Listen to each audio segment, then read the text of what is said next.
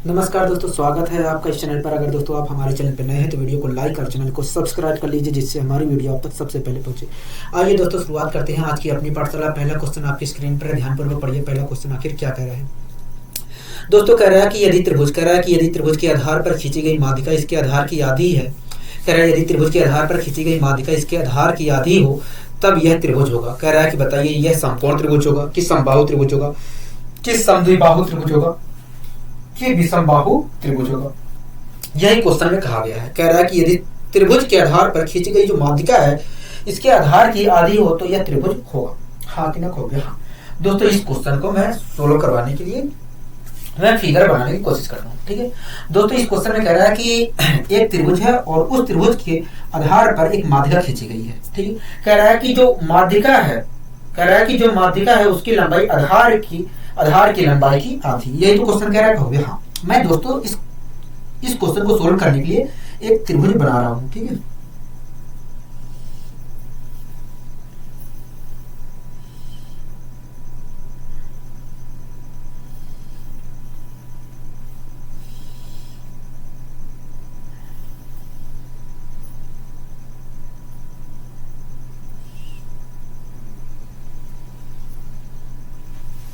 ठीक है।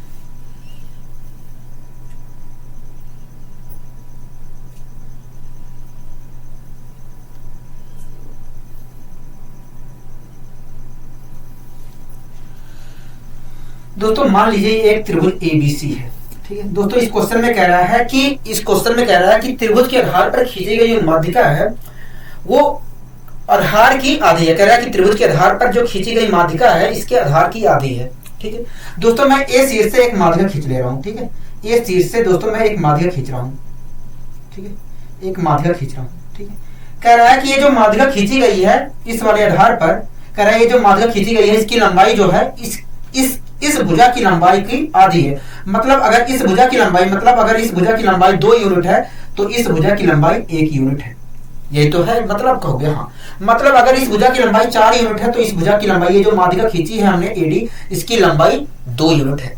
मतलब अगर डीसी भुजा की लंबाई 6 यूनिट है तो इस भुजा एडी की लंबाई, ये जो माध्यिका एडी है इसकी लंबाई 3 यूनिट है। यही तो क्वेश्चन का कहना है कहोगे। हाँ, तो मैंने मान लिया दोस्तों कि जो बीसी भुजा है, जो बीसी आधार है उसकी लंबाई 2 है, उसकी लंबाई 2 यूनिट है। ठीक है, अब दोस्तों अगर एडी माध्यिका है, अगर दोस्तों एडी माध्यिका है तो एडी रेखा ने इस बीसी को 2 बराबर भागों में बांट दिया होगा। हाँ कि ना कहोगे? हाँ दोस्तों, पूरी लंबाई 2 थी, लेकिन जब 2 बराबर भागों में बांट देगा तो लंबाई 1-1 हो जाएगी। हाँ कि ना कहोगे? हाँ, 1-1 लंबाई हो जाएगी। हाँ कि ना कहोगे? हाँ ठीक है दोस्तों, आपको मैंने परिकेंद्र के बारे में पढ़ाया था। परिकेंद्र के बारे में आपको मैंने पढ़ाया था, कुछ बताओ पढ़ाया था कि नहीं कहोगे? हाँ दोस्तों, परिकेंद्र होता क्या है कहोगे? परिकेंद्र एक ऐसा बिंदु होता है जहां से त्रिभुज के तीनों शीर्षों के बीच की दूरी बराबर होती है। हाँ कि ना कहोगे? हाँ ठीक है। आप दोस्तों खुद देखिए, ये जहां पर एडी जो माध्यिका है दोस्तों, एडी जो माध्यिका, ये जो माध्यिका हमने खींची है बीसी से इस बिंदु पर मिल रही है। हाँ कि ना कहोगे? हाँ दोस्तों, आप देखिए इस बिंदु से इस भुजा की जो दूरी है दोस्तों, इस बिंदु से इस शीर्ष की जो दूरी है वही दूरी इस बिंदु से इस शीर्ष की भी है, और वही दूरी इस बिंदु से इस शीर्ष की भी है। कहोगे? हाँ ठीक है। अगर दोस्तों इस बिंदु से इस शीर्ष की दूरी और इस शीर्ष की दूरी और इस शीर्ष की दूरी बराबर है तो ऐसी स्थिति में ये बिंदु जो है एक परिकेंद्र है। हाँ कि ना कहोगे? हाँ, ये वाला बिंदु परिकेंद्र है। होगा कि नहीं कहोगे? हाँ, क्योंकि दोस्तों आपको मैंने पहले बताया था कि परिकेंद्र के बारे में, कि परिकेंद्र एक ऐसा बिंदु होता है जहां से त्रिभुज के तीनों शीर्षों के बीच की दूरी बराबर होती है। तो दोस्तों आप खुद देख रहे हैं कि ये एक ऐसा बिंदु है जहां से त्रिभुज के तीनों शीर्षों के बीच की दूरी क्या है? बराबर है। अगर त्रिभुज के तीनों शीर्षों के बीच की दूरी यहां से बराबर है तो ये बिंदु जो है हमारा परिकेंद्र है। हाँ कि ना कहोगे? हाँ। अब दोस्तों मैंने आपको बताया था कि न्यून कोण त्रिभुज का परिकेंद्र जो होता है त्रिभुज के अंदर होता है। हाँ कि ना कहोगे? हाँ। अगर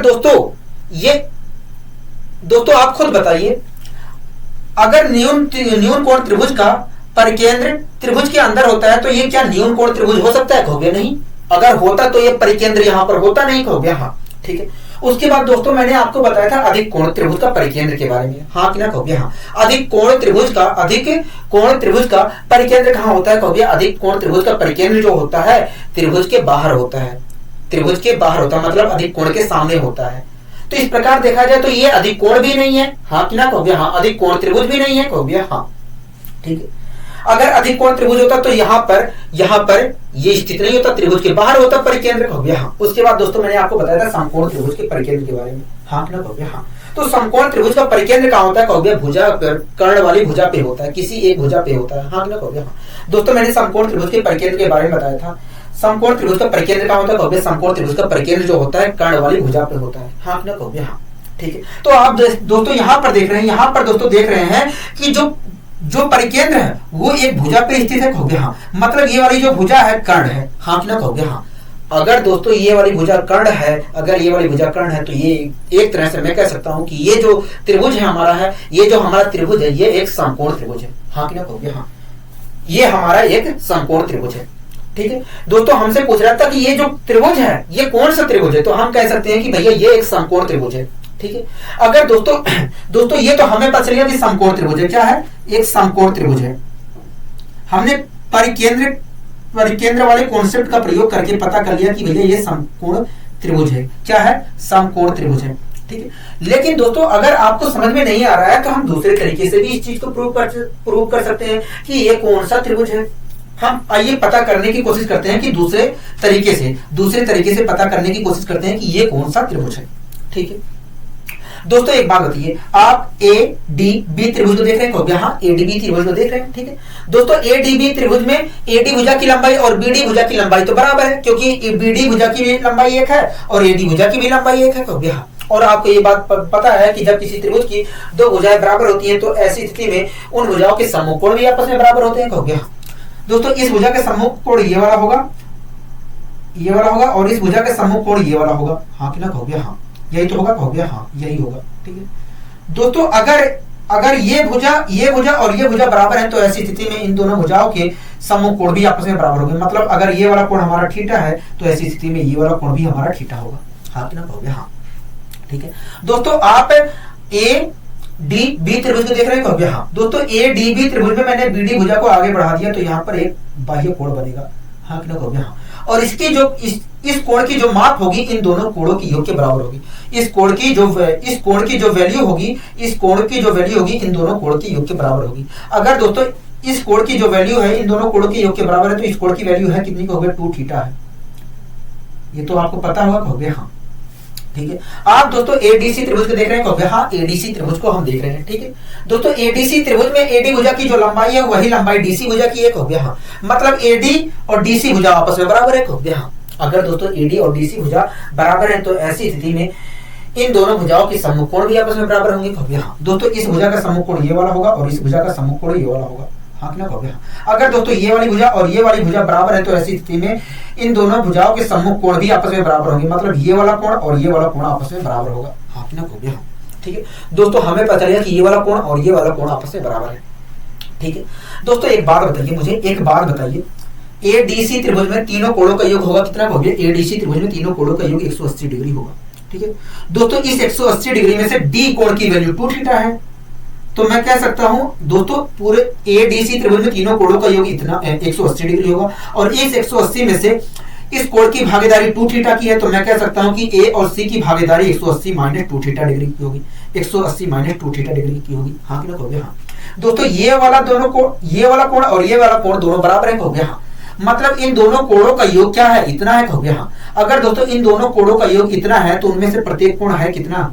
अगर दोस्तों दो बराबर कोणों का योग, क्योंकि ये दोनों बराबर ही तो कोण है कहोगे हाँ, बराबर कोण है। अगर दोस्तों दो बराबर कोणों का योग इतना है तो उनमें से प्रत्येक कोण है कितना कहोगे? 90 माइनस थीटा डिग्री है, 90 माइनस थीटा डिग्री है, हाँ कि ना कहोगे हाँ, ठीक है। मतलब ये वाला कोण हमारा 90 माइनस थीटा डिग्री है, 90 माइनस थीटा डिग्री है और ये वाला कोण भी हमारा 90 माइनस थीटा डिग्री है। लेकिन दोस्तों हमें पता करना था कि ये कौन सा त्रिभुज है, हाँ कि ना कहोगे हाँ। दोस्तों आप खुद देखिए दोस्तों, अगर आप एबीसी त्रिभुज में कोण ए की वैल्यू निकालते हैं, कोण ए पर बनने वाला कोण निकालते हैं तो कोण ए पर बनने वाला कोण 90 डिग्री निकल कर आएगा। हाँ कि ना कहोगे हाँ। अगर दोस्तों यहाँ पर 90 डिग्री का कोण बन रहा है तो मैं कह सकता हूँ कि त्रिभुज एबीसी एक क्या है, समकोण त्रिभुज है। क्या है, समकोण त्रिभुज है। ठीक, तो दोस्तों आप दोनों तरीके से इसे सोल्व कर सकते हैं, इस क्वेश्चन को सोल्व कर सकते हैं दोनों तरीके से। कोई परेशानी वाली बात नहीं है, कोई परेशानी वाली बात नहीं है। ठीक है, आशा करता हूं दोस्तों आपको दोनों तरीके से समझ में आ गया होगा। अगर आप पहला मेथड प्रयोग करते हैं तो अगर पहले मेथड के बारे में आपको अच्छी तरीके से जानकारी है तो आप पहले मेथड का प्रयोग करिए, बहुत तेजी से वो क्वेश्चन को सोल्व कर देगा। इस क्वेश्चन को पलक झपकते ही उत्तर निकल के आ जाए। ठीक है, कोई दिक्कत कोई परेशानी है तो बताइए मुझे, कहोगे नहीं हमें यहाँ तक कोई दिक्कत कोई परेशानी नहीं है, आपने अच्छे तरीके से समझाने का प्रयास किया। ठीक है, आगे दोस्तों कुछ नया सीखने की कोशिश करते हैं। दोस्तों आपके सामने कुछ जानकारियां लिखी गई हैं, आप उनको पढ़िए, उसके बाद मैं आपको समझाने की कोशिश करता हूं। कह रहा है कि भैया दोस्तों लिखा गया है किसी समकोण त्रिभुज में, कह रहा है कि भैया किसी समकोण त्रिभुज में परिकेंद्र तथा लंब केंद्र के बीच की दूरी जो होती है कर्ण की आधी होती है। कह रहा है किसी समकोण त्रिभुज में परिकेंद्र तथा लंब केंद्र के बीच की दूरी जो होती है कर्ण की आधी होती है। मतलब एडी जो है, एडी की लंबाई जो होगी BC/2 होगी। ठीक है, उसके बाद लिखा है कि लंब केंद्र तथा परिकेंद्र के बीच की दूरी माध्यिका कहलाती है। कह रहा है कि भैया लंब केंद्र तथा परिकेंद्र के बीच की दूरी माध्यिका होगी। ठीक है, उसके आगे दोस्तों लिखा है कि समकोण त्रिभुज की माध्यिका, कह रहा है कि भैया समकोण त्रिभुज की जो माध्यिका होती है, माध्यिका और परित्रिज्या की लंबाई बराबर होती है। कह रहा है कि समकोण त्रिभुज की माध्यिका और परित्रिज्या की जो लंबाई होती है वो बराबर होती है। क्या होती है, बराबर होती है। ठीक है दोस्तों, इस चीज को मैं समझाने की कोशिश करता हूँ, इस चीज को मैं समझाने की कोशिश करता हूँ। ठीक है, इस चीज को मैं समझाने की कोशिश करता हूं।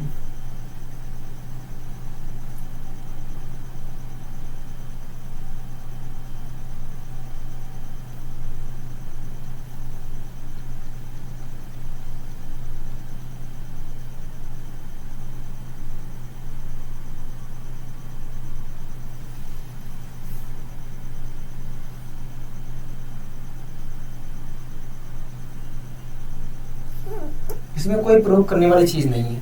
ठीक है दोस्तों, ये एक त्रिभुज हमारा है ABC त्रिभुज। क्या है, ABC त्रिभुज है। ठीक है, ABC त्रिभुज है। ठीक है, ABC त्रिभुज है। दोस्तों ये एक त्रिभुज हमारा, दोस्तों ये हमारा एक समकोण त्रिभुज है ABC। ठीक है, ये शीर्ष पर 90 डिग्री का कोण बन रहा है, ये शीर्ष पर 90 डिग्री का कोण बन रहा है। ठीक है दोस्तों, आप मुझे बताइए समकोण त्रिभुज का लंब केंद्र कहाँ होता है। समकोण त्रिभुज का लंब केंद्र जो होता है 90 डिग्री पर होता है, मतलब यहाँ पर होता है। हाँ ठीक है, समकोण त्रिभुज का लंब केंद्र कहाँ होता है, 90 डिग्री पे होता है, 90 डिग्री के शीर्ष पे होता है। मैंने कहा ठीक है।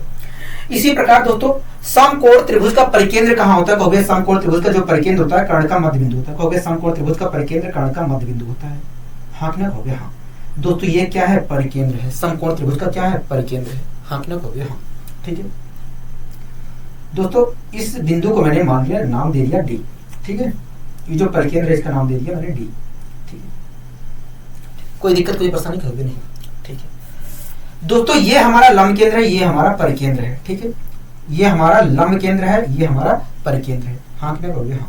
ठीक है, तो दोस्तों आप मुझे बताइए परिकेंद्र से त्रिभुज के शीर्ष के बीच की दूरी क्या कहलाती है। कहोगे परिकेंद्र से त्रिभुज के शीर्ष की दूरी, शीर्ष की जो दूरी होती है एक तरह से परित्रिज्या कहलाती है। क्या कहलाती है, परित्रिज्या कहलाती है। हाँ कि ना कहोगे हाँ। दोस्तों त्रिभुज के शीर्ष से त्रिभुज के परिकेंद्र से त्रिभुज के शीर्ष की बीच की जो दूरी होती है वो क्या कहलाती है, परित्रिज्या कहलाती है। हाँ कि ना कहोगे हाँ। ठीक है, मतलब यहाँ से यहाँ तक की जो दूरी है वो भी परित्रिज्या कहलाएगी, यहाँ से यहाँ तक की जो दूरी है वो भी परित्रिज्या कहलाएगी, यहाँ से यहाँ तक की जो दूरी है वो भी परित्रिज्या कहलाएगी। हाँ कि ना कहोगे हाँ। ठीक है दोस्तों, आपको पता है कि परिकेंद्र एक ऐसा बिंदु होता है जहां से त्रिभुज के तीनों शीर्षों के बीच की दूरी बराबर होती है। हाँ कि ना कहोगे हाँ। त्रिभुज के तीनों शीर्षों के बीच की दूरी बराबर होती है। हाँ कि ना कहोगे हाँ। त्रिभुज के तीनों शीर्षों के बीच की दूरी बराबर होती है। मतलब यहाँ से मतलब इस परिकेंद्र से इस शीर्ष की जो दूरी होगी उतनी ही दूरी इसी बिंदु से इस शीर्ष की भी होगी और उतनी ही दूरी इस बिंदु से इस शीर्ष की भी दूरी होगी। ठीक है दोस्तों, हमारा एक समकोण त्रिभुज है ABC और ए शीर्ष पर 90 डिग्री का कोण बन रहा है। ठीक है, और इस समकोण त्रिभुज का लंब केंद्र हमारा शीर्ष ए पर होगा और परिकेंद्र जो होगा कर्ण का मध्य बिंदु होगा। ठीक है, ऐसी स्थिति में दोस्तों ये जो एडी जो भुजा है दोस्तों, ऐसी स्थिति में परिकेंद्र और लंब केंद्र की जो बीच की दूरी है दोस्तों, परिकेंद्र और लंब केंद्र की जो बीच की दूरी है दोस्तों, वो कर्ण क्या है, कहोगे बीसी है, कर्ण की आधी होगी। इस कॉन्सेप्ट का यही कहना है, इस कॉन्सेप्ट का यही कहना है, इस कॉन्सेप्ट का यही कहना है। हाँ कि ना, इस कॉन्सेप्ट का यही कहना है। ठीक है, तो दोस्तों आपको ध्यान रखना है कि समकोण त्रिभुज के लंब केंद्र और परिकेंद्र के बीच की जो दूरी होगी वो कर्ण जो हमारा कर्ण की लंबाई के आधे के बराबर होगा। क्या, कर्ण की लंबाई के आधे के बराबर होगा। मतलब एडी भुजा की जो लंबाई होगी BC अपॉन 2 होगी। क्या, BC अपॉन 2 होगी। ठीक है, इस चीज को दोस्तों आपको हमेशा याद रखना है, इस चीज को आपको हमेशा याद रखना है। ठीक है, कोई दिक्कत कोई परेशानी होगी नहीं, हमें यहाँ तक कोई दिक्कत कोई परेशानी नहीं है, यहाँ तक हमें कोई दिक्कत कोई परेशानी नहीं है। हाँ कि ना कहोगे, हाँ। ठीक है, आगे दोस्तों कह रहा है कि लंब केंद्र तथा परिकेंद्र के बीच की दूरी होती है माध्यिका कहलाती है। क्या कहलाती है, माध्यिका कहलाती है। हाँ कि ना कहोगे, हाँ, माध्यिका कहलाती है। हाँ कि ना कहोगे, हाँ। ठीक है दोस्तों, अभी को मुझे आपने क्या कहा कि भैया यहाँ से इस बिंदु से इस शीर्ष की जो दूरी होगी उतनी ही दूरी इसी बिंदु से इस शीर्ष की भी होगी। मतलब ये वाली जो मतलब इस भुजा की मतलब दोस्तों अभी को आपने कहा कि भैया इस शीर्ष से इस बिंदु से इस शीर्ष की जो लंबाई होगी उतनी ही लंबाई इसी बिंदु से इस शीर्ष की भी होगी। कहोगे हाँ, हाँ कि ना कहोगे, हाँ। मतलब यहाँ से यहाँ तक की जो दूरी है वो बराबर होगी यहाँ से यहाँ तक की दूरी की। हाँ कि ना कहोगे, हाँ। मतलब यहाँ से यहाँ तक की जो दूरी है उतनी ही दूरी यहाँ से यहाँ तक की भी होगी और उतनी ही दूरी यहाँ से यहाँ तक की भी होगी। हाँ कि ना कहोगे, हाँ। ठीक है दोस्तों, एक बात बताइए, माध्यिका क्या होती है। कहोगे माध्यिका जो होती है एक ऐसा कहोगे, देखिए माध्यिका एक ऐसी रेखा होती है जो किसी भी कहोगे माध्यिका एक ऐसी रेखा होती है जो किसी शीर्ष से खींचे जाने पर किसी भुजा को 2 बराबर भागों में बांट देती है। हाँ कि ना कहोगे, हाँ। कहोगे माध्यिका एक ऐसी रेखा होती है जो किसी शीर्ष से खींचे जाने पर किसी त्रिभुज के शीर्ष से खींचे जाने पर सामने वाली भुजा को 2 बराबर भागों में बांट देती है। हाँ कि ना कहोगे, हाँ। दोस्तों आप खुद देखिए यहाँ पर दोस्तों आप यहाँ पर खुद देखिए, यहाँ से शीर्ष ए से एक रेखा खींची गई थी और वो डी बिंदु पर BC से डी बिंदु पर मिली है। दोस्तों आप खुद देखिए, यहाँ से ए शीर्ष से एक रेखा खींची गई थी और BC भुजा के डी बिंदु पर मिली है। और जब मिली है तो आप देख रहे हैं कि ये जो BC भुजा थी ये 2 बराबर भागों में बढ़ गई। हाँ कि ना कहोगे, हाँ। तो एक तरह से देखा जाए तो एडी क्या है, एक माध्यिका है। हाँ कि ना कहोगे, हाँ। एडी क्या है, माध्यिका है। हाँ कि ना कहोगे, हाँ। दोस्तों ये क्या था, कहोगे परिकेंद्र था। ये क्या है, कहोगे ये लंब केंद्र है। तो ये जो रेखा खींची है ये क्या है, कहोगे माध्यिका है। और यही चीज तो लिखा गया है कि भाई यही चीज तो लिखा गया है कि लंब केंद्र और परिकेंद्र के बीच की दूरी माध्यिका होती है। हाँ कि ना कहोगे, हाँ। और आपने यहाँ पर खुद देख लिया और आपने यहाँ पर खुद बताया कि भैया ये तो ये माध्यिका है। हाँ कि ना कहोगे, हाँ। तो आपको हमेशा ध्यान रखना है कि लंब केंद्र और परिकेंद्र की जो बीच की दूरी होती है वो माध्यिका होती है। क्या होती है, माध्यिका होती है। अभी को आपने खुद कहा कि भैया ये माध्यिका है। हाँ कि ना कहोगे, हाँ। दोस्तों ये क्या है, परिकेंद्र है। ये क्या है, कहोगे लंब केंद्र। और ये जो मैंने रेखा खींची ये क्या है, कहोगे माध्यिका है। तो मैं कह सकता हूँ कि लंब केंद्र और परिकेंद्र के बीच की दूरी माध्यिका होती है। हाँ कि ना कहोगे, हाँ। तो ये क्या है, माध्यिका है। ठीक है दोस्तों, आगे लिखा है कि समकोण त्रिभुज की माध्यिका और परित्रिज्या की लंबाई एक बराबर होती है। कैसे बराबर होती है ये भी देख लेते हैं, कैसे बराबर होती है ये भी देख लेते हैं। ठीक है दोस्तों, आप मुझे बताइए ये बिंदु क्या है, कहोगे परिकेंद्र है। हाँ कि ना कहोगे, हाँ। और परिकेंद्र से त्रिभुज के शीर्ष की बीच की दूरी क्या होती है, कहोगे परित्रिज्या होती है। दोस्तों इस बिंदु से इस परिकेंद्र से इस शीर्ष की जो दूरी है वो क्या कहलाएगी, परित्रिज्या कहलाएगी। हाँ कि ना कहोगे, हाँ। दोस्तों आप इस दूरी को आप परित्रिज्या कह रहे हैं और इसी दूरी को आप माध्यिका कह रहे हैं। तो आप मुझे बताइए, अगर यही दूरी ये वाली जो दूरी है ये अगर परित्रिज्या है और माध्यिका है तो बताइए परित्रिज्या और माध्यिका की लंबाई बराबर होगी कि नहीं, कहोगे हाँ। अगर यही दूरी हमारी परित्रिज्या भी है और यही दूरी माध्यिका भी है तो ऐसी स्थिति में परित्रिज्या की जो लंबाई होगी, परित्रिज्या की जितनी लंबाई होगी उतनी ही माध्यिका की होगी। मतलब परित्रिज्या और माध्यिका की लंबाई बराबर होगी। हाँ कि ना कहोगे, हाँ। दोस्तों यही सब बातें आपके सामने लिखी गई थी और यही सब मैंने आपको बताने की कोशिश की है। ठीक है, यही सब आपको मैंने बताने की कोशिश की है। ठीक है दोस्तों, एक बात बताइए, आपको दोस्तों एक बात बताइए, लंब केंद्र और परिकेंद्र की जो बीच की दूरी होती है वो क्या होती है? कहोगे लंब केंद्र और परिकेंद्र की जो बीच की दूरी होती है कर्ण की आधी होती है, मतलब BC/2 होती है। हाँ कि ना कहोगे हाँ। ठीक है दोस्तों, एडी क्या है? कहोगे माध्यिका है। एडी क्या है? कहोगे माध्यिका है। मतलब ये जो माध्यिका है इसकी लंबाई बीसी भुजा की आधी होगी। कहोगे हाँ। दोस्तों एडी क्या है? कहोगे एडी एक तरह से माध्यिका है। मतलब अगर ये माध्यिका है, एडी हमारी माध्यिका है, तो मैं कह सकता हूं कि माध्यिका की जो लंबाई होगी इस बीसी भुजा की आधी होगी। हाँ कि ना कहोगे हाँ। ठीक है, कोई दिक्कत कोई परेशानी? कहोगे नहीं, हमें कोई दिक्कत कोई परेशानी नहीं है। आइए दोस्तों इसके ऊपर हम एक क्वेश्चन लेते हैं जिससे और अच्छे तरीके से हम इस चीज को समझ सके। दोस्तों आपके सामने एक क्वेश्चन लिखा गया, आप उस क्वेश्चन को ध्यानपूर्वक पढ़िए, उसके बाद मैं समझाने की कोशिश कर रहा हूँ। कह रहा है कि एबीसी एक समकोण त्रिभुज है। ठीक है, कह रहा है बी बराबर 90 डिग्री है। ठीक है, कह रहा है कि बी शीर्ष पर 90 डिग्री का कोण बन रहा है। आगे कह रहा है कि बीडी माध्यिका है। ठीक है, कह रहा है ओ त्रिभुज का केंद्र है। ठीक है, केंद्रक है। कह रहा है ओ त्रिभुज का केंद्रक है। ठीक है, कह रहा है AB बराबर 9 सेंटीमीटर है। कह रहा है AC बराबर 41 है। कह रहा है AC बराबर 41 है। ठीक है, कह रहा है OB की लंबाई ज्ञात करिए। OB की लंबाई ज्ञात करिए। OB की लंबाई ज्ञात करिए। ठीक है, इस क्वेश्चन को भी हम देख लेते हैं।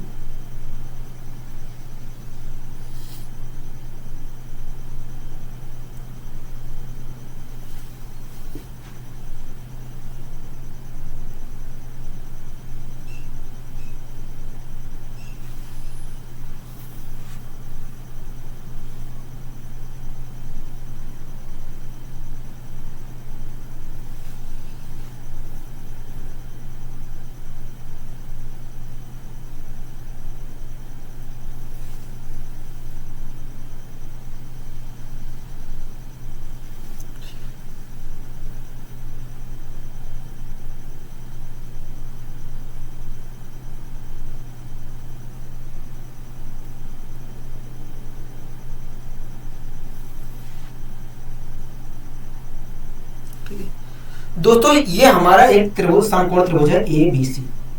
ये हमारा एक समकोण त्रिभुज है ABC। बी शीर्ष पर 90 डिग्री का कोण बन रहा है। बी शीर्ष पर 90 डिग्री का कोण बन रहा है। ठीक है दोस्तों, बी शीर्ष से एक माध्यिका खींची गई है। दोस्तों बी शीर्ष से एक माध्यिका खींची गई है। बी शीर्ष से एक माध्यिका खींची गई है। हाँ कि ना कहोगे? बी शीर्ष से एक माध्यिका खींची गई है BD। क्या खींची गई है? BD। हाँ कि ना कहोगे हाँ। दोस्तों ये वाली भुजा 9 सेंटीमीटर और वास्तव में इस भुजा का कोई काम नहीं है। ठीक है, और इस BD का जो केंद्र और ABC त्रिभुज का जो केंद्रक है वो BD माध्यिका पर स्थित है और वो है वो। हाँ ना कहोगे हाँ। जो ABC त्रिभुज का जो ABC समकोण त्रिभुज का जो केंद्रक है वो है और वो स्थित है BD माध्यिका पर, और होना भी चाहिए क्योंकि माध्यिका पर ही होता है। केंद्रक उपस्थित जो होता है माध्यिका पर होता है। हाँ ना कहोगे हाँ। ठीक है, आगे कह रहा है कि AC जो भुजा है वो 41 सेंटीमीटर है। ओके, 41 सेंटीमीटर कह दिया है। ठीक है, 41 सेंटीमीटर है। ठीक है, आगे कह रहा है दोस्तों, आगे कह रहा है OB की लंबाई बताइए। कह रहा है ये जो है OB, इसकी लंबाई बताइए। ठीक है दोस्तों, BD क्या है? कहोगे माध्यिका है। क्या है? माध्यिका है। हाँ कि ना कहोगे हाँ। दोस्तों क्या है? BD कहोगे माध्यिका है। अगर दोस्तों BD माध्यिका है तो इस BD माध्यिका की लंबाई होगी कितनी? कहोगे भैया BD माध्यिका की जो लंबाई होगी इस कर्ण की आधी होगी। मतलब कहोगे मतलब BD माध्यिका की जो लंबाई होगी वो 41/2 होगी। हाँ कि ना कहोगे हाँ। दोस्तों ये जो हमारी माध्यिका है BD, इसकी लंबाई क्या आ गई? कहोगे 41/2 सेंटीमीटर आ गई। हाँ ना कहोगे 41/2 सेंटीमीटर निकल कर आ गई। ठीक है दोस्तों, एक बात बताइए, BD क्या है? कहोगे ये माध्यिका है। ठीक है, वो क्या है? कहोगे केंद्रक है। और आपको ये बात पता है कि केंद्रक एक ऐसा बिंदु होता है जो किसी माध्यिका को 2:1 में डिवाइड करता है। मतलब अगर BO भाग की लंबाई 2 यूनिट है तो ऐसी स्थिति में OD भाग की लंबाई 1 यूनिट होगी। क्या होगी? 1 यूनिट होगी। AD भाग की लंबाई 1 यूनिट होगी। AD भाग की लंबाई 1 यूनिट होगी। ठीक है, आशा करता हूं ये चीज आपको समझ में आ गई होगी। ठीक है, कोई दिक्कत कोई परेशानी होगी नहीं। दोस्तों OD भाग की लंबाई 1 यूनिट है, OB भाग की लंबाई 2 यूनिट है, तो इस प्रकार देखा जाए तो OD भाग की लंबाई जो होगी पूरी 3 सेंटीमीटर होगी। हाँ कि ना हो गया हाँ। लेकिन दोस्तों अभी को हमने निकाला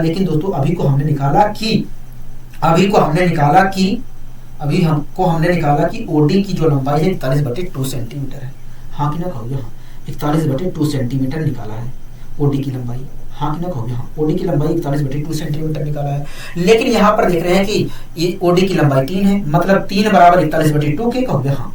तो 1 बराबर कितने के कहोगे, 1 बराबर देखा जाए तो इतने की। अगर 3 बराबर 41/2 के है तो 1 बराबर कितने के कहोगे, 1 बराबर इतने के। हाँ कि ना कहोगे हाँ। बताइए कोई दिक्कत कोई परेशानी कहोगे नहीं, हमें यहाँ तक कोई दिक्कत कोई परेशानी नहीं है, यहाँ तक हमें कोई दिक्कत कोई परेशानी नहीं है। ठीक है दोस्तों, हमें ओडी की लंबाई निकालनी है। ओडी की लंबाई है कितनी कहोगे, 2 यूनिट है। दोस्तों 1 यूनिट की वैल्यू ये है तो 2 यूनिट की वैल्यू कितनी होगी कहोगे, 2 यूनिट की वैल्यू इतनी होगी। अब इसे भी मैं सोल्व कर ले रहा हूँ, इसे भी मैं सोल्व कर ले रहा हूँ। ठीक है, 2 से दोस्तों 2 कैंसिल, तो क्या आया कहोगे, अगर मैं कहोगे 41/3 सेंटीमीटर निकल कर आया, 41/3 सेंटीमीटर निकल कर आया। हाँ कि ना कहोगे हाँ। आशा करता हूँ दोस्तों आपको अच्छी तरीके से ये क्वेश्चन समझ में आ गया होगा, आपको अच्छी तरीके से ये क्वेश्चन समझ में आ गया होगा। ठीक है, कोई दिक्कत कोई परेशानी कहोगे नहीं। आइए दोस्तों हम बढ़ते हैं अपने अगले क्वेश्चन की। दोस्तों आपके सामने एक क्वेश्चन लिखा गया है, आप उस क्वेश्चन को ध्यानपूर्वक पढ़िए, उसके बाद मैं समझाने की कोशिश करता हूँ। कह रहा है कि एबीसी एक त्रिभुज के 3 कोण 4:1:1 के अनुपात में है।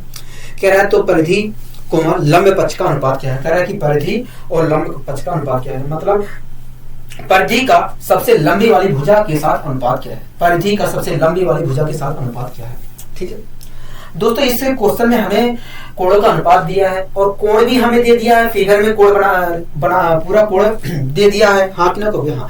दोस्तों हमें क्वेश्चन में कोणों का अनुपात दिया है, लेकिन फिगर में देखा जाए तो हमें कोण भी दे दिया है। तो यहाँ पर हमें दोस्तों अनुपातिक वैल्यू के हेल्प से कोण निकालने की जरूरत नहीं है, क्योंकि हमें कोण पहले से ही दे रखा है। ठीक है, अब दोस्तों इस क्वेश्चन को बात आती है सोल्व करने की। पहले हम पता करते हैं कि इस त्रिभुज की परिधि क्या है और इस त्रिभुज का जो सबसे बड़ी भुजा है वो क्या है, तभी तो हम बताएंगे कि इस परिधि का सबसे लंबी भुजा के साथ अनुपात क्या है कहोगे हाँ।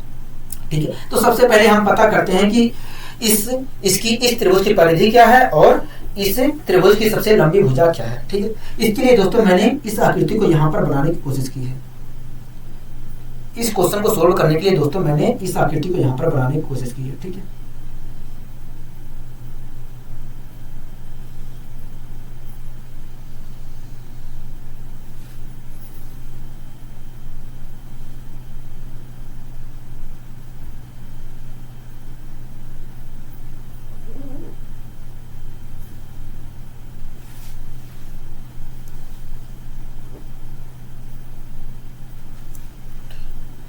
दोस्तों यहां पर जो बनने वाला कोण है वो 120 डिग्री है। कितना है, 120 डिग्री है। ठीक है, यहां पर जो बनने वाला कोण है वो 30 डिग्री है।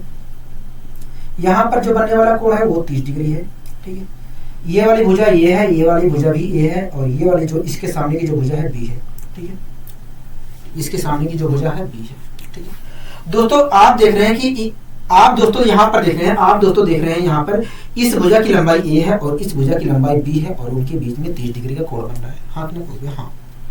ठीक है, इसी प्रकार दोस्तों आप देख रहे हैं कि एक भुजा ये है, एक भुजा ये है और उसके बीच में 120 डिग्री का कोण बन रहा है। हाँ कि ना कहोगे हाँ, 120 डिग्री का कोण बन रहा है और उसके सामने की भुजा बी है। हाँ कि ना कहोगे हाँ।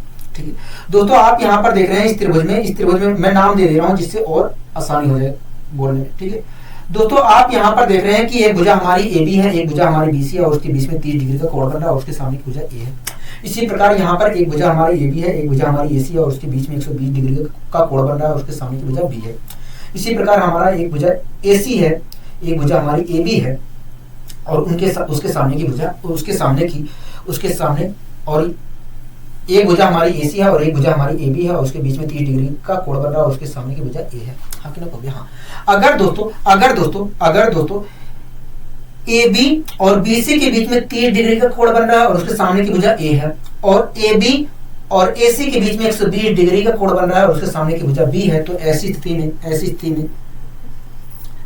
में साइन 30 का भुजा ए के साथ जो अनुपात होगा वही अनुपात साइन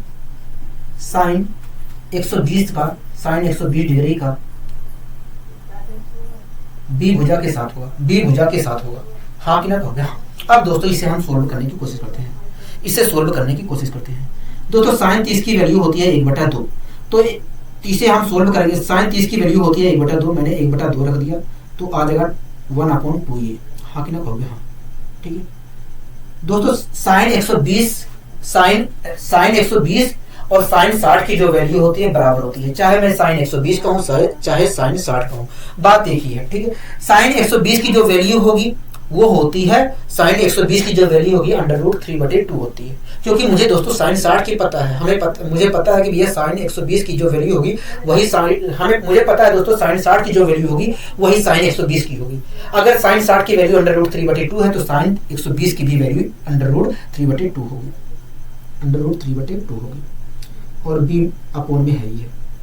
ठीक है दोस्तों, मैं यहाँ से a और b भुजा का अनुपात निकाल ले रहा हूँ, a और b भुजा का अनुपात निकाल ले रहा हूँ। ठीक है, अगर दोस्तों मैं a और b भुजा का अनुपात निकालने जाऊं, यहाँ पर a और b भुजा का अनुपात निकालने जाऊं तो निकल कर आएगा 1/√3।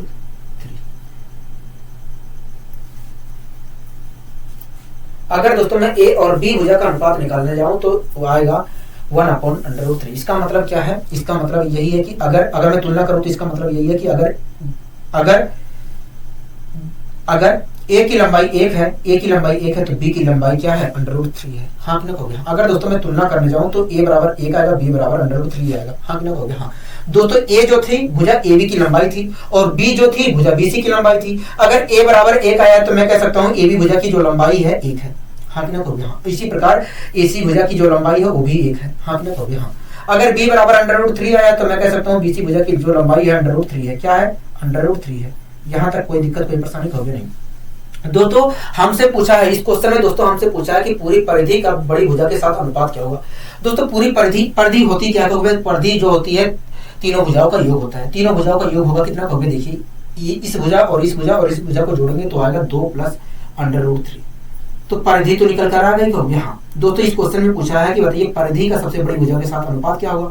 तो दोस्तों परिधि ये है, सबसे बड़ी भुजा क्या होगी? सबसे बड़ी भुजा तो √3 है, सबसे बड़ी भुजा तो BC है और BC की जो लंबाई है √3 है। तो इस प्रकार देखा जाए तो सबसे त्रिभुज की परिधि का सबसे बड़ी भुजा के साथ अनुपात जो है 2 + √3 अनुपात √3 होगा। हाँ कि ना हो गया? हाँ यहाँ तक कोई दिक्कत कोई परेशानी होगी नहीं, यहाँ तक तो कोई दिक्कत कोई परेशानी नहीं है, क्योंकि आपने अच्छे तरीके से समझाने की कोशिश किया है। क्या है?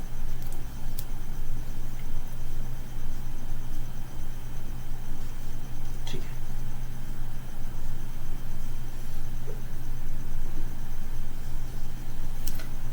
आइए दोस्तों हम बढ़ते हैं आगे। दोस्तों आपके सामने एक कॉन्सेप्ट लिखा गया है, आप उस कॉन्सेप्ट को पढ़िए, उसके बाद मैं समझाने की कोशिश करता हूँ। ठीक, कह रहा है किसी त्रिभुज के शीर्ष से यदि कोई माध्यिका सामने वाली भुजा पर खींची जाए तो ऐसी स्थिति में माध्यिका की जो लंबाई होगी 1/2 √2c² + 2b² - a² के बराबर होगी। कह रहा है कि जो माध्यिका की लंबाई होगी 1/2 √2c² + 2b² - a² के बराबर होगी। मैं आपको यहाँ पर समझाने की कोशिश करता हूँ। ठीक है, जैसे दोस्तों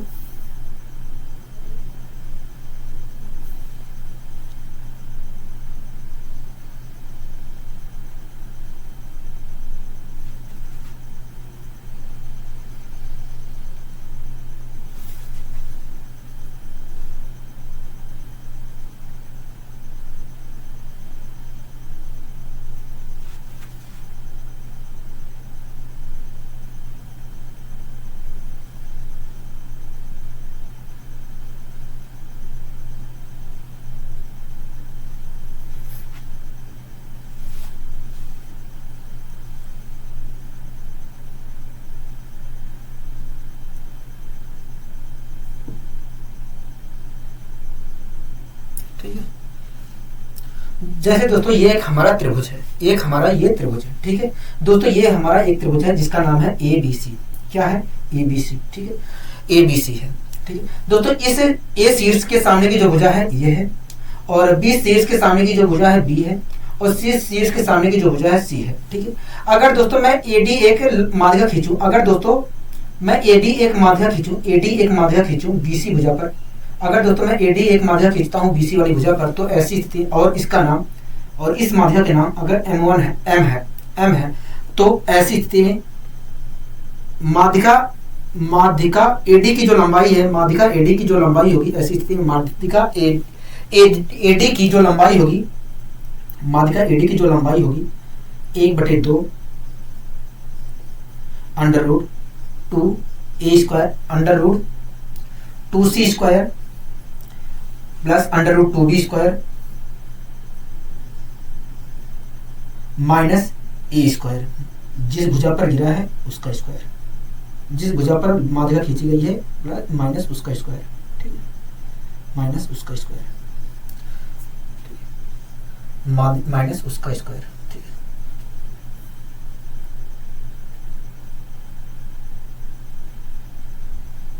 दोस्तों आपको हमेशा ये याद रखना है, दोस्तों आपको ये हमेशा याद रखना है कि यदि किसी त्रिभुज एबीसी में ए बी और सी इसके सामने की बजाय ए बी सी है और उस त्रिभुज में एक एडी माध्यिका खींची जा रही है, तो ऐसी स्थिति में उस एडी माध्यिका की जो लंबाई होगी वो 1/2 plus 1/2 under root 2c² plus 2b² minus a² के बराबर होगी।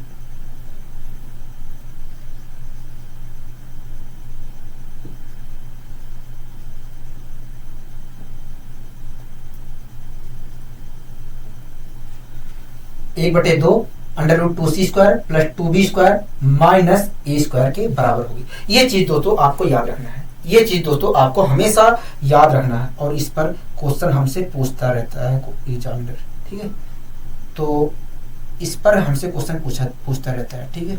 लेकिन ये बात आती है कि ये कैसे हो रहा है, हाँ कि ना हो गया, हाँ ये भी तो जानना जरूरी है, हो गया हाँ। तो आइए दोस्तों हम इसी चीज की जांच पड़ताल करते हैं कि आखिर ये कैसे हो रहा है। दोस्तों एक बात बताइए, एडी एक माध्यिका खींची गई थी, हो गया हाँ। अगर दोस्तों एडी एक माध्यिका है तो ऐसी स्थिति में बीसी भुजा की जो लंबाई है 2 बराबर भागों में बट गई होगी, हाँ कि ना, हो गया हाँ, क्योंकि जो माध्यिका होती है सामने वाली भुजा को 2 बराबर भागों में बांट देती है। दोस्तों ये पूरी लंबाई ए है, अगर ये जो दोस्तों पूरी लंबाई क्या है, हो गया ए है, लेकिन जब ये एडी माध्यिका खींची गई है तो जो पूरी लंबाई ए है वो तो 2 बराबर भागों में बट गई होगी, तो हो गया हाँ। तो इस प्रकार देखा जाए तो इसकी लंबाई जो है a/2 रह गई होगी और इसकी लंबाई भी a/2 रह गई होगी, हाँ कि ना, हो गया हाँ। इस डीसी की जो लंबाई है वो भी a/2 ही रह गई होगी। यहाँ तक कोई दिक्कत कोई परेशानी, हो गया नहीं, यहाँ तक कोई दिक्कत कोई परेशानी नहीं है, यहाँ तक हमें कोई दिक्कत कोई परेशानी नहीं है। मैंने कहा ठीक है, मैंने कहा ठीक है जी, अगर कोई दिक्कत कोई परेशानी नहीं है, ठीक है। दोस्तों एक बात बताइए मुझे, ए बी और बीसी के बीच में कुछ तो कोण बन रहा होगा, हो गया हाँ। दोस्तों ए बी और बीसी भुजा के बीच में कुछ डिग्री का कोण तो जरूर बन रहा होगा, हो गया हाँ, ठीक है। दोस्तों अगर दोस्तों ए बी भुजा की लंबाई सी है, ए बी भुजा की लंबाई सी है और बी डी भुजा की लंबाई a/2 है और उसके बीच में कुछ कोण बन रहा है, कुछ थीटा डिग्री का कोण बन रहा है, उसके बीच में थीटा डिग्री का कोण बन रहा है, थीटा डिग्री का कोण बन रहा है और उसके सामने की भुजा b है, उसके सामने की भुजा m है। बीडी त्रिभुज को देख रहे हैं, हो गया हाँ। दोस्तों ए बी डी त्रिभुज में ए बी भुजा की लंबाई c है और ए डी भुजा की लंबाई a/2 है और उसके बीच में थीटा डिग्री का कोण बन रहा है और उसके सामने की भुजा क्या है, m है। तो ऐसी स्थिति में दोस्तों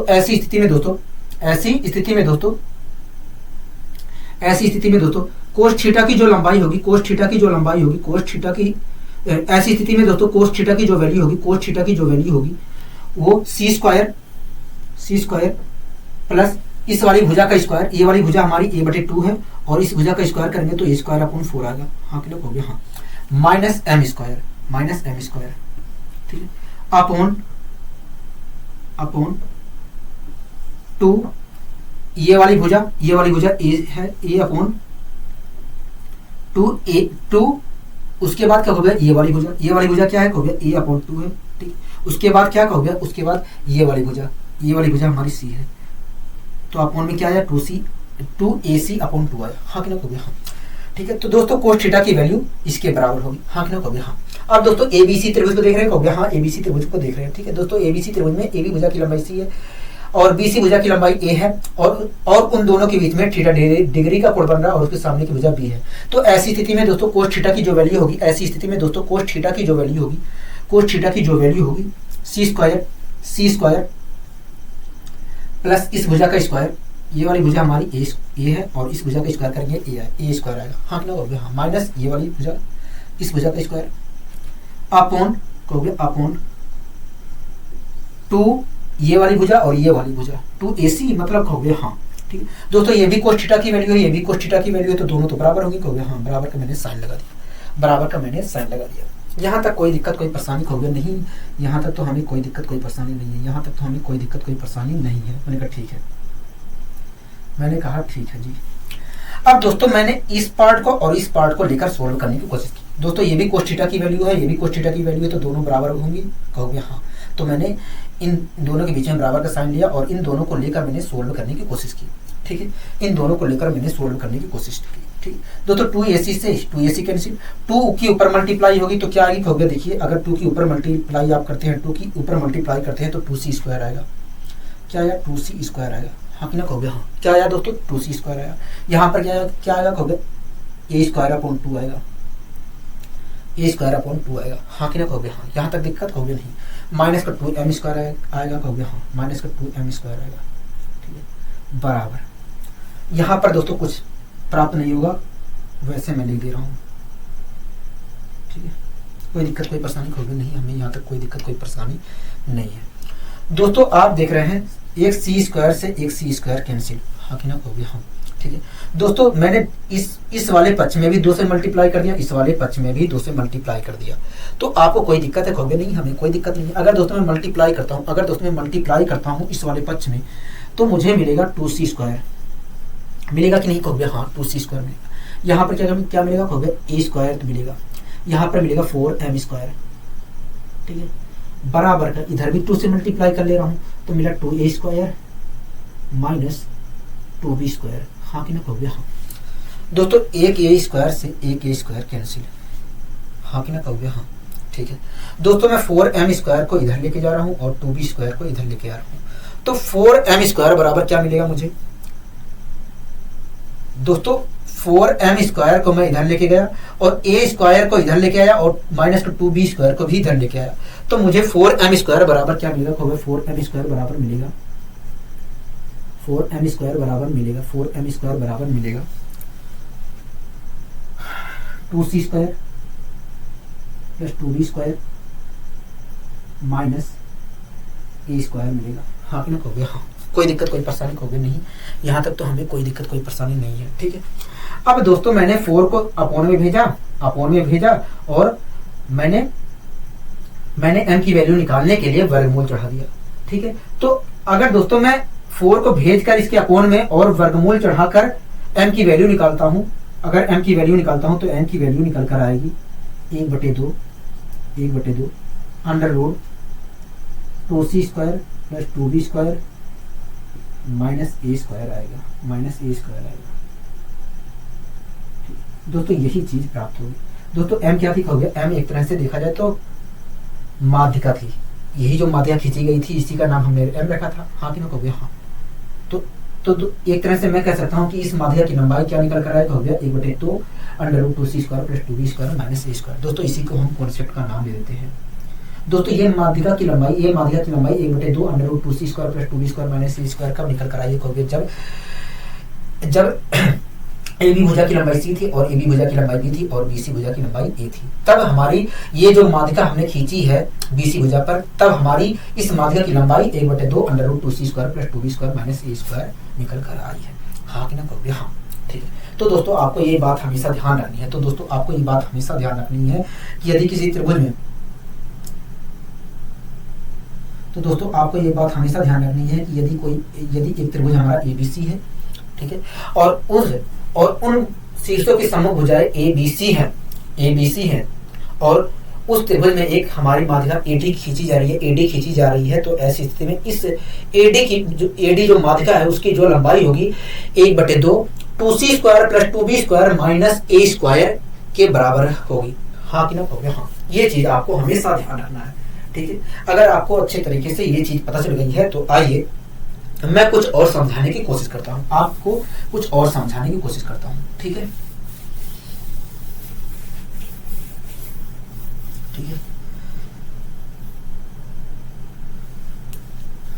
दोस्तों ये वाली जो भुजा थी हमारी, ये थी, क्या थी, ये थी। ठीक है दोस्तों, मैंने एक माध्यिका M1 खींची है। दोस्तों एक मैंने माध्यिका AD खींची है और उसका नाम है M1। दोस्तों इस M1 की जो इस माध्यिका M1 की जो लंबाई होगी, इस माध्यिका M1 की जो लंबाई होगी वो क्या होगी, हो गया 1/2 under root 2c² plus 2b² minus a² होगी, माइनस a² होगी। कोई दिक्कत कोई परेशानी होगी नहीं, ठीक है। इसी प्रकार दोस्तों ये M1 थी, M1 माध्यिका थी, ये हमारी M1 माध्यिका थी। कौन माध्यिका थी? M1 माध्यिका थी। अगर दोस्तों मैं शीर्ष B से एक माध्यिका खींचता हूं, दूसरी एक माध्यिका, मैं दूसरी एक माध्यिका खींचता हूं और उसका नाम M2 है और उस माध्यिका का नाम M2 है, तो आप मुझे बताइए ये जो माध्यिका M2 है इसकी लंबाई क्या होगी? ये जो माध्यिका हमने M2 खींची है इसकी लंबाई क्या होगी? इस माध्यिका M2 की जो लंबाई होगी, ठीक है। अगर दोस्तों मैं शीर्ष B से एक दूसरी माध्यिका M2 खींचता हूं, तो ऐसी स्थिति में इस माध्यिका M2 की जो लंबाई होगी, ऐसी स्थिति में इस माध्यिका M2 की जो लंबाई होगी 1/2 c²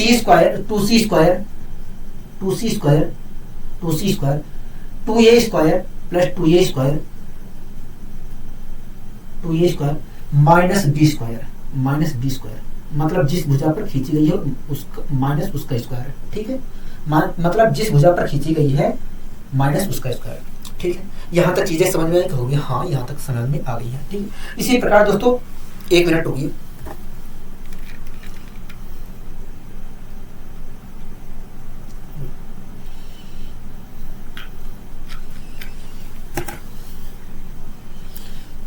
इसी प्रकार दोस्तों अगर मैं शीर्ष C से एक माध्यिका खींचूं AB पर और उस माध्यिका की लंबाई यदि M3 है, तो आप दोस्तों इसी प्रकार मैंने शीर्ष C से एक माध्यिका खींची और उस माध्यिका का नाम मैंने M3 दे दिया। तो इस माध्यिका M3 की जो लंबाई होगी, 1/2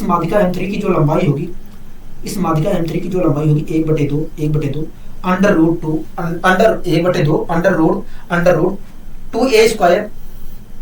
2a² प्लस 2b² माइनस उस भुजा का स्क्वायर जिस पर खींची गई है। खींची किस पे गई थी? कहोगे C पे खींची गई थी, माइनस मतलब c² कहोगे। हाँ,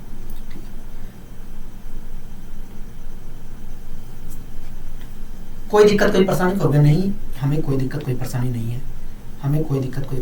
नहीं है, ठीक है। तो दोस्तों आशा करता हूं आपको माध्यिका के बारे में माध्यिका की लंबाई। तो दोस्तों अब आपको अगर कहीं माध्यिका की लंबाई निकालना पड़े, अगर दोस्तों आपको त्रिभुज की तीनों भुजाएं दी गई है और माध्यिका की लंबाई निकालना पड़े, तो कुछ आप इस प्रकार निकाल सकते हैं। इन सूत्रों का प्रयोग करके, इन कॉन्सेप्ट का प्रयोग करके आप माध्यिका की लंबाई चुटकियों में निकाल सकते हैं, ठीक है। आइए दोस्तों इस पर आधारित कुछ क्वेश्चन भी ले लेते हैं जिससे और क्लियरिटी आ सके। अगला दोस्तों क्वेश्चन क्या कह रहा है? अगला क्वेश्चन कह रहा है कि त्रिभुज ABC की भुजाएं 5 सेंटीमीटर, 4 सेंटीमीटर, 2 सेंटीमीटर है। कह रहा है तो इसके सबसे छोटे कोण वाले शीर्ष से सबसे छोटे शीर्ष से सामने वाली भुजा पर डाली गई माध्यिका की लंबाई क्या होगी, ठीक है। दोस्तों इस क्वेश्चन में कह रहा है कि एक त्रिभुज ABC है। दोस्तों सबसे पहले आपको पता होना चाहिए कि सबसे छोटा शीर्ष होगा कौन सा। दोस्तों सबसे छोटा शीर्ष वो होगा, दोस्तों आपको सबसे पहले पता होना चाहिए कि सबसे पहले आपको ये पता होना चाहिए कि सबसे छोटे कोण वाला शीर्ष होगा कौन सा। ठीक है दोस्तों, त्रिभुज में जिस भुजा की लंबाई सबसे छोटी होगी उसके सामने का कोण भी सबसे छोटा होगा। दोस्तों किसी भी त्रिभुज में जिस भुजा की लंबाई सबसे छोटी होगी उसी भुजा के सामने का जो कोण होगा वो सबसे छोटा होगा। ठीक है दोस्तों, ये हमारा एक त्रिभुज है ABC है। ठीक है दोस्तों, इस भुजा में मान लेते हैं कि ये वाली जो भुजा है 5 है, ये वाली भुजा जो है 4 है, ये वाली भुजा जो है 2 है। ठीक है, तो इस प्रकार देखा जाए तो दोस्तों तो इस त्रिभुज में इस भुजा की लंबाई सबसे छोटी है। मतलब ये वाली जो भुजा है सबसे छोटी है। ऐसी स्थिति में दोस्तों अगर ये वाली भुजा सबसे छोटी है तो ऐसी स्थिति में दोस्तों इस भुजा के सामने का जो कोण होगा वो सबसे छोटा कोण होगा। क्या होगा? सबसे छोटा कोण होगा। ठीक है दोस्तों, इस क्वेश्चन में कह रहा है कि सबसे छोटे कोण वाले शीर्ष से सामने वाली भुजा पर डाली गई माध्यिका की लंबाई बताइए। कह रहा है यहां से एक माध्यिका अगर खींची जाए इस शीर्ष इस शीर्ष से एक माध्यिका खींची जाए सबसे छोटी वाली भुजा पर, तो इस माध्यिका की लंबाई क्या होगी? ठीक है, इस माध्यिका की लंबाई क्या होगी, यही तो पूछ रहा है। हो गया हाँ। मान लीजिए दोस्तों इस माध्यिका की लंबाई m है। ठीक है, तो दोस्तों m, अगर इस माध्यिका की लंबाई m है, तो इस माध्यिका की लंबाई होगी कितनी? होगी इस माध्यिका की लंबाई 1/2 अंडर रूट 1/2 कहोगे। देखिए इस माध्यिका की जो लंबाई होगी 1/2 under root 2ab square, under root 2ab square plus under root 2ac square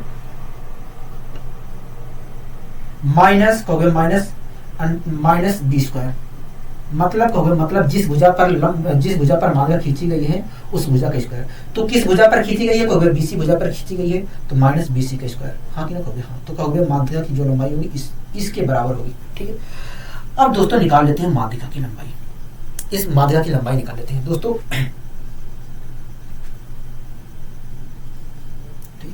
AB की लंबाई कितनी है? कहोगे 5 है, 5 यहाँ पर रखा तो 25, 25 दूना 50। ठीक है,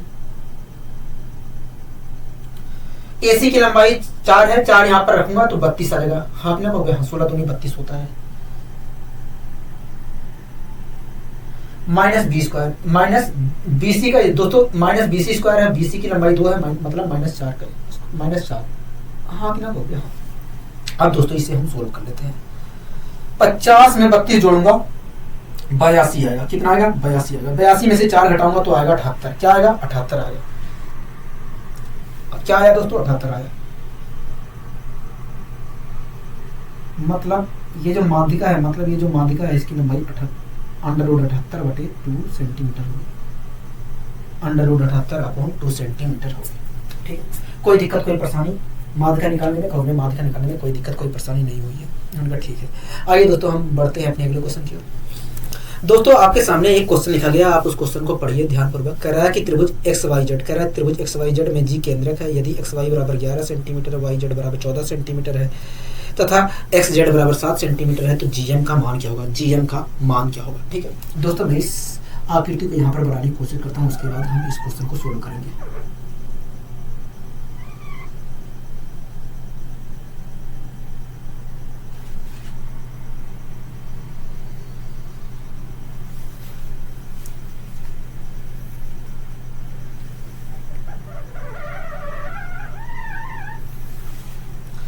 दोस्तों एक त्रिभुज हमारा XYZ है, ये हमारा XYZ त्रिभुज है। क्या है? XYZ है। ठीक है, XYZ त्रिभुज है। दोस्तों इस XYZ त्रिभुज में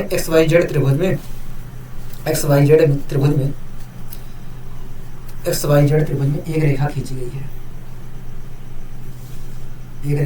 है। हमें पता नहीं है ये रेखा कौन सी है, हमें ये बात पता नहीं है कि ये रेखा कौन सी है। हाँ कि ना कहोगे हाँ। ठीक है दोस्तों, एक रेखा खींची गई है XN। हाँ कि ना कहोगे हाँ। और इस रेखा पर इस त्रिभुज का केंद्रक उपस्थित है। हाँ कि ना कहोगे हाँ। केंद्रक उपस्थित है और उसका नाम G है। ठीक है दोस्तों, एक बात बताइए, माध्यिका किस बिंदु से होकर जाती है? कहोगे माध्यिका केंद्रक से होकर जाती है। हाँ कि ना कहोगे हाँ। माध्यिका केंद्रक से होकर जाती है। दोस्तों ये क्या है? केंद्रक।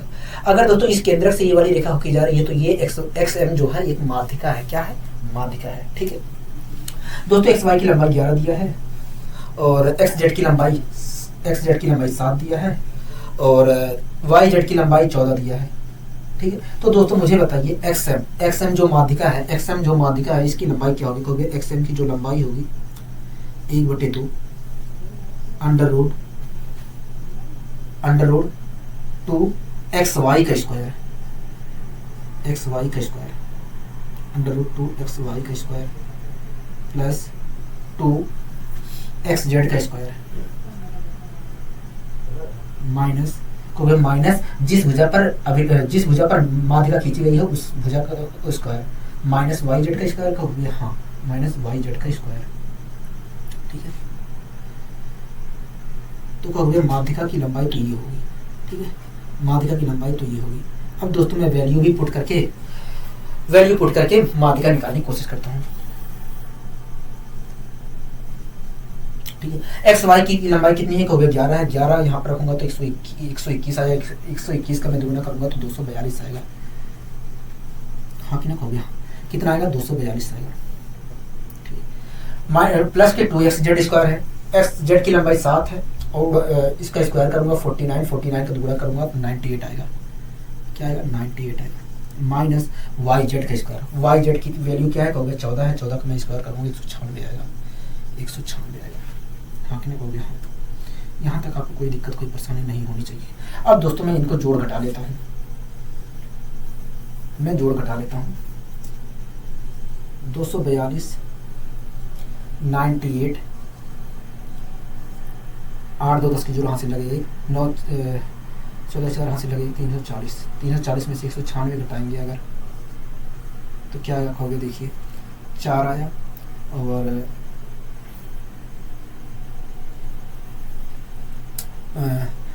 5 आया, नहीं 4 आया। हाँ कि नहीं हो गया? तो क्या आया दोस्तों? 144 आया। हाँ कि नहीं हो गया? अब अगर मैं इसे सोल्व करता हूँ तो 144 आएगा और 144 का वर्गमूल होता है 12। हाँ कि नहीं हो गया? हाँ। और 12 का आधा करूँगा तो क्या निकल आएगा? कहोगे 6 आएगा। क्या आएगा? 6 आएगा। मतलब ये जो माध्यिका है इसकी लंबाई क्या होगी? 6 होगी। क्या होगी दोस्तों? 6 होगी। एक्सएम जो माध्यिका है उसकी लंबाई क्या होगी? 6 होगी। ठीक। लेकिन दोस्तों एक्सएम की लंबाई नहीं पूछा, जीएम की लंबाई पूछा है। क्या पूछा है? जीएम की लंबाई पूछा है। दोस्तों ये क्या है? केंद्रक है। अगर दोस्तों ये केंद्रक है तो इस ये जो हमारी माध्यिका एक्सएम है इसको इस केंद्रक ने 2:1 में विभक्त किया होगा। मतलब अगर जीएक्स की लंबाई 2 है तो जीएम की लंबाई 1 होगी। हाँ कि ना कहोगे? हाँ। यहाँ तक क्लियर है कहोगे? हाँ। दोस्तों इस अनुपातिक वैल्यू के हिसाब से देखूं तो एक्सएम की लंबाई 3 है, लेकिन वास्तव में एक्सएम की लंबाई क्या है? 6 है। मतलब 3 यूनिट बराबर 6 के कहोगे? हाँ। तो 1 यूनिट बराबर कितने के कहोगे? 1 यूनिट बराबर देखा जाए तो 2 के। 1 यूनिट बराबर देखा जाए तो 2 के। हाँ कि ना कहोगे? हाँ। दोस्तों जीएम की लंबाई कितनी है कहोगे? जीएम की लंबाई देखा जाए तो जीएम की लंबाई तो 1 यूनिट है और 1 यूनिट बराबर कितनी की आई है कहोगे? 2 के। तो मैं कह सकता हूँ कि जो जीएम है मैं अलग से लिख दे रहा हूँ, ठीक है। तो मैं कह सकता हूँ जो जीएम है उसकी लंबाई क्या होगी कहोगे? 2 सेंटीमीटर होगी। क्या होगी? 2 सेंटीमीटर होगी। आशा करता हूँ दोस्तों आपको अच्छे तरीके से समझ में आ गया होगा। आशा करता हूँ दोस्तों आपको, 1 मिनट की मैं यहाँ पर लिख देता हूँ। आशा करता हूँ दोस्तों आपको अच्छे तरीके से समझ में आ गया होगा ये क्वेश्चन। आशा करता हूँ दोस्तों आपको ये क्वेश्चन अच्छे तरीके से समझ में आ गया होगा। ठीक है, कोई दिक्कत कोई परेशानी होगी नहीं, इस क्वेश्चन में कोई दिक्कत कोई परेशानी नहीं है।